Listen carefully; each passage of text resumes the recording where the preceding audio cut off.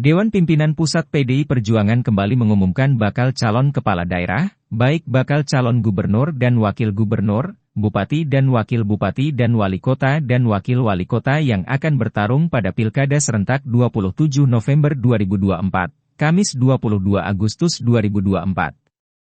Sekjen PDIP, Hasto Kristianto dalam laporannya mengatakan memberikan rekomendasi bakal calon gubernur Bali kepada petahana, yaitu Wayan Koster.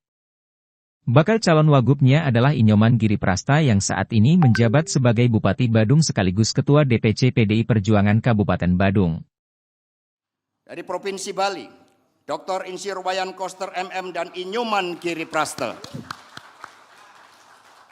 Jadi Pak Giri itu yang membacakan Dedication of Life dengan penuh penghayatan. Jadi dengan penuh dan hadirin sekalian, proses kaderisasi yang telah berjalan secara sistemik membuahkan hasil dengan semakin banyaknya kader PDI Perjuangan yang menjadi calon kepala daerah dan wakil kepala daerah. Dari total gelombang pertama dan kedua hari ini, telah terdapat 474 daerah. Artinya ada 558 calon. Dari 558 tersebut, maka dari PDI Perjuangan sebanyak 45,3%.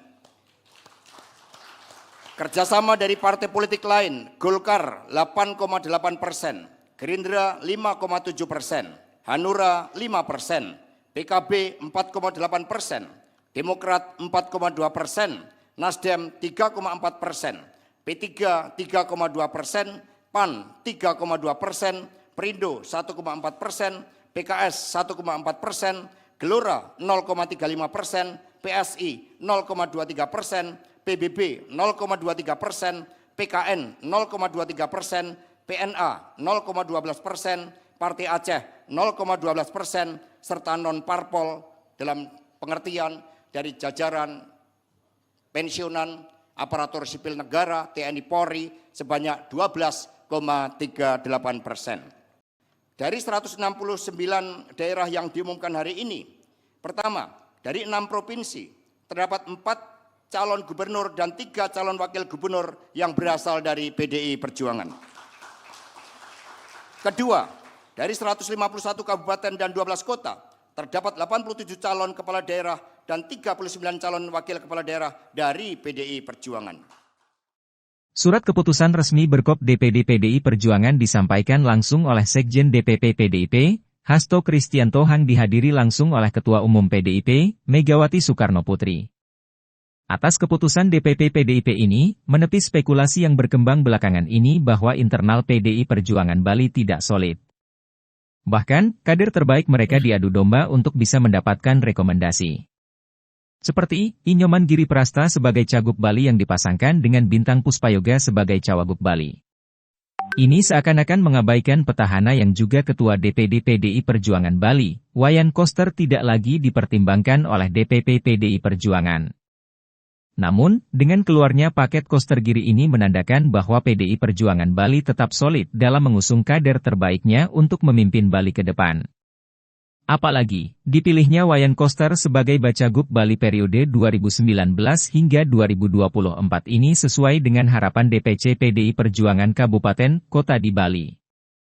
Mereka sebelumnya telah merekomendasikan agar Ketua DPD PDI Perjuangan Provinsi Bali ini kembali diusung untuk melanjutkan program-program monumentalnya yang telah dilakukan pada periode pertama sebagai Gubernur Bali pada 2018 hingga 2023. Di sisi lain, Wayan Koster adalah sosok yang tidak asing lagi bagi masyarakat Bali, setelah membuktikan dirinya sebagai pemimpin yang tangguh dan visioner selama menjabat sebagai Gubernur Bali.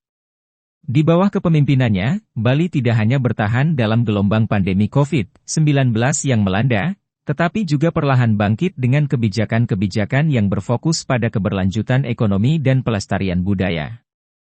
Koster juga dikenal sebagai sosok yang tegas, namun selalu memikirkan kesejahteraan rakyatnya. Kebijakan pro-rakyatnya, seperti pengembangan infrastruktur dan berbagai kebijakan untuk pelestarian adat budaya Bali, telah menciptakan fondasi yang kokoh bagi masyarakat Bali.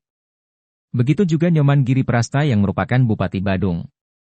Sosoknya diyakini memiliki pendekatan politik yang humanis dan membumi.